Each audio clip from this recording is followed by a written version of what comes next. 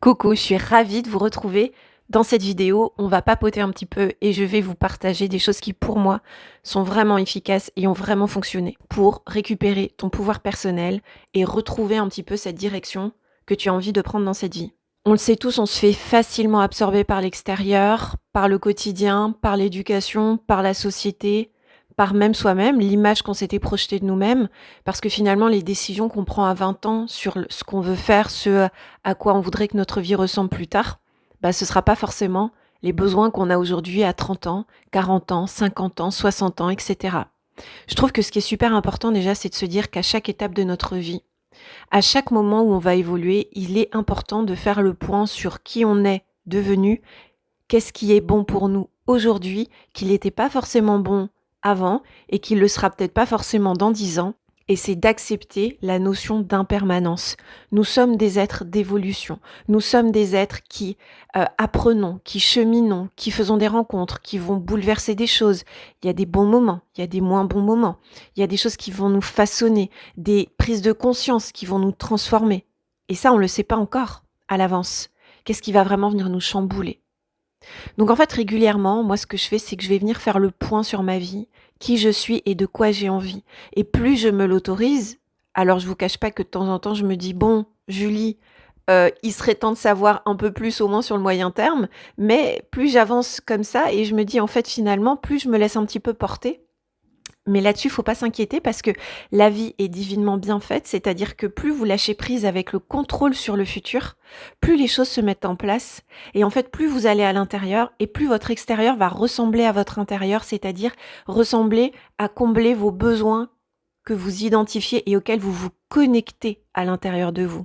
J'espère que je suis claire. Donc, dans un premier temps, ce qui va être important que tu fasses, c'est apprendre à te connaître. Qui es-tu ?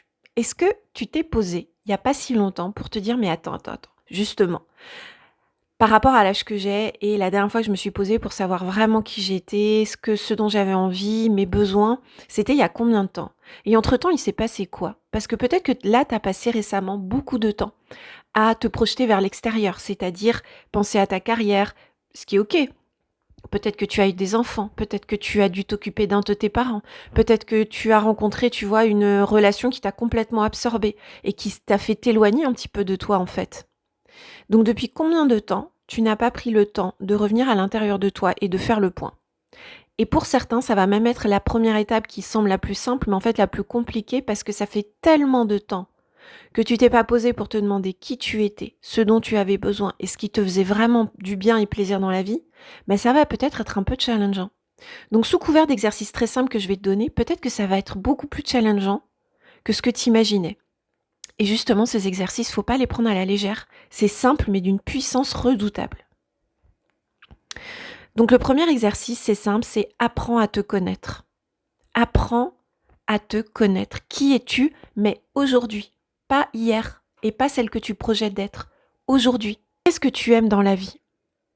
Pas ce qu'on t'a appris à aimer, pas ce qu'on t'a demandé d'aimer, ni ce à quoi tu t'es adapté. Par exemple, imagine, tu as passé 20 ans avec un conjoint qui adorait, j'en sais rien, gros cliché, le foot. Toi, tu t'es dit, allez, tous mes samedis soirs, je vais regarder un match de foot avec mon chéri, c'est OK.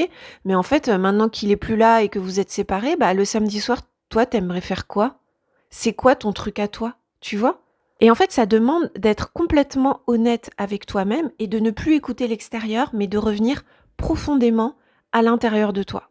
Donc tu me diras, ok, mais comment je fais pour apprendre à me connaître ? C'est pas juste, voilà, ok. On va passer à la deuxième étape. Pose-toi régulièrement avec toi-même. C'est-à-dire, tu prends un papier, tu prends un stylo et tu vas prendre, je sais pas, 10 minutes, 1 heure, ça dépend des gens. Il y en a qui auront besoin d'aller très vite et il y en a qui aiment prendre leur temps. Donc là, tu t'adaptes à qui tu es. Encore une fois, ça va te permettre de redécouvrir un petit peu tes besoins. Est-ce que tu es quelqu'un qui aime beaucoup prendre le temps d'écrire ou alors qui va super vite parce que tu as un cerveau en arborescence ? Peu importe. Il n'y a pas de règles. Tu fais en fonction de ce qui est bien pour toi et surtout de ce qui te ressemble. Et là, tu vas te lâcher. Tu vas noter tout ce que tu aimes faire, mais tout, c'est-à-dire j'aime manger du popcorn, du chocolat, c'est vrai que de temps en temps j'aime bien aller faire les boutiques avec des copines ou toute seule, j'aime le cinéma, Je sais pas, j'aime, le bord de mer, j'aime la montagne, j'aime les marshmallows, heu, peu importe, tu vois? Ça peut être tout. J'aime, regarder des films, j'aime des temps de silence ou au contraire, j'aime le bruit, la foule, j'aime me retrouver dans des environnements stimulants. Tu notes tout. Tout ce qui te passe par la tête, absolument tout ce que tu aimes, les animaux, tes amis, quels amis, et cetera. Ce qui est important là, c'est de faire la liste de tout ce qui t'apporte, de près ou de loin, un sentiment de bien-être et de confort, peu importe ce que c'est, s'il te plaît, ne te juge pas. Pose ton cerveau, pars de ton cœur, connecte-toi à des souvenirs, à des moments qui t'ont vraiment fait du bien et vois ce qui, toi, te vient. Et vraiment, sois honnête avec toi-même. Ça va être super important. Noter tes rêves les plus fous. Alors même ceux que tu penses que tu n'atteindras jamais dans cette vie, c'est pas grave. Imagine par exemple quand tu étais petite, tu dis oh là là, moi j'aurais rêvé être quelqu'un comme Céline Dion avec une voix de ouf, etc. Tu notes. Tu notes. Parce qu'en fait, ça veut dire qu'à l'intérieur de toi, il va y avoir un cadeau. Il va y avoir une compétence, il va y avoir un don, il va y avoir quelque chose de caché. Alors peut-être que ce sera pas la voix de Céline Dion, effectivement, ou d'une autre grande chanteuse ou chanteur, mais il va y avoir quelque chose à trouver. Et si tu as cette appétence, par exemple, de grandeur, il y en a qui rêvent pas du tout de ça, eh ben peut-être qu'il y a quelque chose qui va se cacher à l'intérieur de toi et qu'il est temps d'aller découvrir. Mais ça, on verra ça plus tard. Donc tu continues de noter tes rêves les plus fous, faire le tour du monde en sac à dos, puis après on verra plus tard si c'est vraiment aligné avec toi. Tu notes, tu notes, tu notes les pays que tu aimerais visiter, même ceux pour le moment, t'as pas encore l'argent pour aller les visiter, c'est pas grave, tu notes. Tu prends cette feuille et tu fais toutes tes listes. Et t'y vas, tu te donnes à cœur joie et tu te lâches, zéro limite. Troisième étape, on va aller regarder ce que tu fais déjà dans ton quotidien de cette liste et ce que tu n'as pas encore fait. Tu vas reprendre une nouvelle feuille et tu vas écrire sur une colonne à gauche, en partant de la première feuille qui était la deuxième étape de pose-toi régulièrement avec toi, tu vas prendre une autre feuille et tu vas faire 2 colonnes. Sur une colonne, tu vas écrire OK, voilà déjà ce que je fais de ma liste initiale des choses que j'aime. Manger régulièrement du chocolat, aller au cinéma de temps en temps, passer du temps avec mon ou ma meilleure amie, appeler quelqu'un que j'aime, faire les magasins, blablabla, tu vois? Et tu listes ce que tu fais au moins une fois par mois. Et tu peux même noter à côté, une fois par semaine, une fois par mois, et cetera. Mais que ce que tu fais dans un mois, d'accord? Et sur la colonne droite ou gauche du coup en fonction, puisque là ça va faire miroir, tu vas aller noter tout ce que tu n'as pas encore fait de ta liste précédente. Tous tes rêves qui n'ont pas encore été, qui n'ont pas encore abouti, toutes les choses que tu ne fais peut-être pas assez régulièrement, parce que si par exemple tu adores aller au cinéma, mais qu'elle n'est pas dans ta colonne au moins une fois par mois, et que tu le mets par exemple une fois, enfin que c'est une fois par an ou une fois tous les 2 ans, bon bah là tu la mets sur la colonne je le fais pas, ou je le fais pas assez. Parce que clairement c'est quelque chose que tu aimes, mais que tu ne fais pas assez et qui pourtant est accessible. Ok ? Tu comprends l'idée? Donc ça, c'est l'étape numéro 3. Tu poses dans tes colonnes ce que tu fais au moins une fois par mois et ce que tu ne fais pas ou alors très très très très peu. La 4e étape, ça va être de faire des programmations. La programmation, qu'est-ce que c'est? C'est tu vas aller programmer, de mettre en place, de faire les choses de ta colonne. J'ai pas encore mis en place ce que j'aime faire. Et ce sera des choses d'abord accessibles.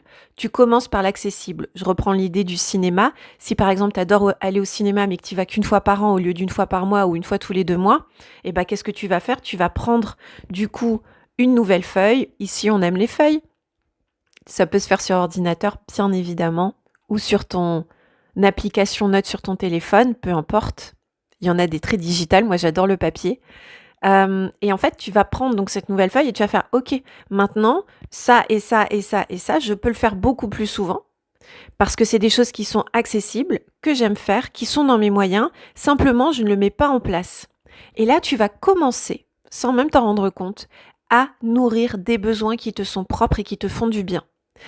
Et à ce moment-là, il va se passer plusieurs choses. Déjà, au niveau de ton cerveau, tu vas pas t'en rendre compte, mais ton inconscient va commencer à engrammer des nouveaux réflexes, c'est-à-dire qu'il va commencer à s'autoriser de plus en plus à mettre en place des choses qui vont te faire du bien, qui vont te nourrir et qui vont t'apporter une forme de sécurité intérieure. Pourquoi ? Parce qu'en fait, tu vas envoyer le signal à ton cerveau que tu es en mesure de te nourrir par toi-même de choses qui te font du bien, même si c'est des choses les plus simples, que tu es en mesure de t'apporter de la joie, de l'amour, que tu te connais, que tu prends soin de toi. Et tu verras que ces petites choses peuvent avoir un effet surprenant sur toute ta vie. C'est le début du recentrage et de commencer à faire des choix qui sont bons pour toi. Et c'est pour ça que c'est un exercice très simple, mais qui pourtant peut être le début d'un vrai changement. Parce que ça, c'est la première étape. Mais bien évidemment, tu te doutes que quand tu commences à rentrer sur ce chemin, tu vas aller de plus en plus loin sur je me connais, je sais ce qui est bon pour moi, j'alimente ce qui est bon pour moi, je mets en place les choses qui sont bonnes pour moi, et surtout, je m'éloigne de ce qui n'est pas bon pour moi, ça ce sera d'autres exercices, et je suis en mesure de me remplir de choses qui sont positives pour moi. Je suis en mesure de me donner et je vais de moins en moins à l'extérieur, je deviens moteur de ma vie. Et c'est ça qu'on veut ici. Redevenir autrice et auteur de notre vie, reprendre notre pouvoir et kiffer la vie. Parce qu'en fait, c'est ça, et plus t'attends que ça vienne de l'extérieur, moins tu vas la kiffer cette vie, parce que tu vas être dépendante des autres, dépendante de « Ah ben j'espère qu'il va penser ah ben j'espère qu'elle va m'appeler, j'espère que non », parce qu'en fait, attendre des autres, déjà c'est leur mettre une forme de pression, de poids, et puis surtout, les gens, ils sont pas dans ta tête, ils savent pas vraiment, même ceux qui te connaissent depuis très longtemps, ils vont être centrés aussi sur leurs problèmes, sur leur vie, sur leurs défis. Peut-être que même n'ont pas appris à s'écouter eux-mêmes, comment veux-tu qu'ils t'écoutent toi ? Alors que toi, en apprenant à te connaître toi, tu vas aussi développer une forme d'écoute et de bienveillance avec les autres. Et peut-être que tu vas devenir un modèle pour les autres. Et tous ceux qui savent s'écouter et s'épanouir par eux-mêmes savent après transmettre ça aux autres. Et bizarrement, ces gens-là, après, quand ils se rencontrent, ils forment une sorte d'alliance beaucoup plus saine et beaucoup plus fluide. Et là, tu vas commencer à rencontrer des gens qui savent faire ça aussi pour eux et qui, du coup, vont te renvoyer ça et vont rentrer en lien avec toi et te donner des choses très bénéfiques pour toi, sans même que tu aies à le demander ni d'attendre. Parce que tu seras plus dans la dynamique « j'attends de recevoir », c'est « je me donne » et du coup, en face, en extérieur, je reçois. Parce que c'est un peu comme ça que ça marche. La loi de l'univers, c'est qu'en fait, on te renvoie ce que tu poses toi-même en toi et à l'extérieur. Donc si tu te donnes, on te donnera. C'est comme ça que ça fonctionne, de ce que j'ai observé. Maintenant, on va passer à la 5e étape qui est le passage à l'action. C'est ce que je te disais un petit peu juste avant, c'est qu'une action en entraîne une autre et que plus tu vas agir et mettre en place des choses, même les plus simples au début, et plus tu vas emprunter un chemin où tu vas aller de plus en plus loin sur la réalisation de tes rêves, de ce qui est bon pour toi, de faire les bons choix, etc. Parce qu'en fait, tu vas commencer par t'accorder à aller au cinéma 1 fois par mois. Et puis ensuite, ça va être « Ah bah attends, ça fait un moment que je me suis pas offert ça. Tiens, ça fait un moment que là, j'ai un petit peu de sous, peut-être que je vais m'offrir un week-end. Ah, mais personne peut partir avec moi ? Qu'à cela ne tienne, je me mets dans un centre-ville sécurisé si j'ai un petit peu peur de partir toute seule. Mais c'est vraiment mon rêve, par exemple, c'est découvrir Séville. Eh ben, va à Séville. Va à Séville. D'abord, bien évidemment, t'organises ça. Tu vas sur un groupe de francophones ou de... Après, peut-être que tu parles espagnol, j'en sais rien. Ou anglais, tu vas sur des groupes de voyageurs, tu peux te rapprocher d'une association de femmes qui voyagent en solo, tu peux faire des belles rencontres comme ça, tu peux partir comme ça, de 3 jours. Tu testes un premier saut de puce, tu reviens. Et puis ensuite un autre pas, peut-être qu'après ce sera 1 semaine, peut-être qu'après ce sera 1 mois, etc. Si ton délire c'est le voyage, après ça peut être d'autres choses. Si tu rêves d'apprendre à faire du crochet ou à faire tout ce qui est couture, regarde s'il n'y a pas une asso autour de chez toi. Commence par prendre 1 cours, 2 cours, monte une association. Il y a plein de possibles. Seulement, on n'y pense pas parce qu'on attend toujours que ça vienne de l'extérieur. Il faut passer à l'action. Dans cette vie, ce sera une clé. Le passage à l'action. Et pour pas que ce soit trop inconfortable au début, commence par les petits pas, les petites actions. C'est ce que j'appelle la politique des petits pas. C'est ultra efficace. Pour ceux qui n'ont pas encore, qui ne sont pas suffisamment à l'aise avec le fait de faire des grands sauts, ce qui est complètement normal et ok, y a pas de... c'est normal. Fais la technique des petits pas. Ça va vraiment, vraiment t'aider, ça va vraiment t'accompagner. Si par exemple tu es en lien avec quelqu'un qui te fait du mal mais que tu n'arrives pas à couper trop vite, ça aussi ça peut être dans ta liste. Je veux me détacher de quelqu'un qui me fait du mal. Comme je dis souvent, c'est pas du rejet ou de la colère ou de la méchanceté. Simplement, à un moment donné, tu vas te prioriser et tu vas mettre de la distance. La personne, elle fait ce qu'elle veut, elle vit sa vie, elle veut pas se remettre en question, elle ne réalise pas à quel point elle te blesse. Mets de la distance, autorise-toi. Et tu peux y aller par étapes si ça te fait peur. Parce que parfois on est en lien avec des gens, ça nous fait peur de nous détacher. Parce qu'on se dit, mince, il va y avoir quoi s'il n'y a pas ça, le vide? Oh non, le cerveau a horreur du vide. Mais rassure-toi, hein, comme on dit, la nature a horreur du vide, ça fera de la place pour de nouvelles relations. Ça arrive toujours, hein. On est 6 milliards d'êtres humains sur Terre. Donc autant te dire que si tu veux rencontrer du monde, tu peux rencontrer du monde. Pas de souci. Et ça ne s'arrêtera jamais. Ça, c'est une loi, c'est que ça ne s'arrêtera jamais. Si tu veux des nouvelles personnes, tu peux rencontrer des nouvelles personnes. Tu peux sortir de ta zone. Tu peux changer d'environnement. Tu peux changer de personnes autour de toi. Tu peux changer de boulot. Tu peux changer. Tu peux évoluer. Mais si ça te fait peur, trop de changements d'un coup, vas-y étape par étape. Tu commences à t'éloigner, voir de moins en moins, donner un peu moins de nouvelles, etc. Et puis tu vois comment tu te sens. Le but, c'est de t'écouter, mais en même temps de passer à l'action. Ça va être les 2 ingrédients hyper importants. Et tous les petits exercices que je t'ai donnés avant, avec l'idée des listes, etc., c'est des petits exercices très simples, mais c'est simplement que ça te permet de prendre un temps pour revenir à toi, de te poser et vraiment de retourner à l'intérieur. Parce que si tu fais pas ça, tu le feras pas en fait. Parce qu'on est absorbé par nos quotidiens, par la vie de tous les jours, etc. Voilà, et pour conclure, je voulais juste te rappeler, nous sommes ici sur Terre dans cette vie pour expérimenter. Essaye quand tu peux de ne pas trop te prendre la tête. Autorise-toi à être un peu maladroit, maladroite. Autorise-toi à essayer des choses qui fonctionneront peut-être pas. Dans notre société, il faut tout réussir tout de suite. Non, la réussite, elle est subjective. Moi, quand j'ai monté ma boîte, je me suis dit, tu sais quoi? Que ça marche ou pas, ben finalement, le fait d'avoir osé, c'est déjà la plus grande des victoires en soi. Et franchement, je le pense. Parce que peu importe la réussite telle que la société veut nous la donner, pour moi, elle est pas là. Pour moi, la réussite, c'est guérir, aller mieux, trouver une forme de confort intérieur, de paix intérieure. Moi, c'est comme ça, en tout cas, ça fait partie de mes objectifs de vie, en tout cas, moi, personnel. Je dis pas que c'est ça qu'il faut avoir comme objectif de vie, mais je me suis posée avec moi-même, j'ai dit, qu'est-ce qui est vraiment important pour toi? Et il y en a, ça va être d'avoir des millions, il y en a, ça va être d'être ci, d'être ça, et c'est très bien. Et ben, il y en a, ça va être aussi de ressentir une forme de paix intérieure. D'ailleurs, c'est pas où, ça peut être et, tu vois. Moi, ces outils me permettent simplement de revenir à moi et de me recentrer, de refaire le point avec moi-même et de plus aller attendre à l'extérieur des réponses. C'est super important et c'est le début de l'autonomie émotionnelle, affective, sécurité intérieure, sécurité matérielle, parce que tu vas te prendre en charge, tu vas sortir du statut de victime ou de l'attente ou du lien avec les autres qui va devenir toxique parce que tu as trop d'attentes et trop de besoins à l'extérieur. Et tu vas pouvoir après ça rentrer en lien d'une façon plus saine et attirer surtout des gens qui seront dans cette dynamique. Et tes relations, ta vie peut se transformer vraiment. Donc n'oublie pas la connaissance de toi, de ce qui est bon pour toi et de t'apporter un maximum ce qui est bon pour toi, c'est ta boussole dans la vie. C'est celle qui va te mener dans les endroits où tu vas vivre les expériences les plus magiques, les plus alignées et les plus importantes pour toi. J'espère que ça t'aura aidé, accompagné, peut-être donner quelques idées. T'es pas obligé de tout faire exactement, parfaitement, bien évidemment. Tu prends les tips qui te parlent dans cette vidéo et tu laisses le reste si ça te parle pas. Comme d'habitude, moi je te propose simplement ici des outils pour t'aligner à ton chemin de vie, te sentir de mieux en mieux, t'autonomiser dans la sécurité intérieure et dans le retour à toi. Je te souhaite évidemment plein de belles choses. Dis-moi en commentaire si ça te parle, si tu as déjà des techniques comme ça autour de l'écriture, moi j'appelle ça le listing en fait. Les listes, c'est la vie.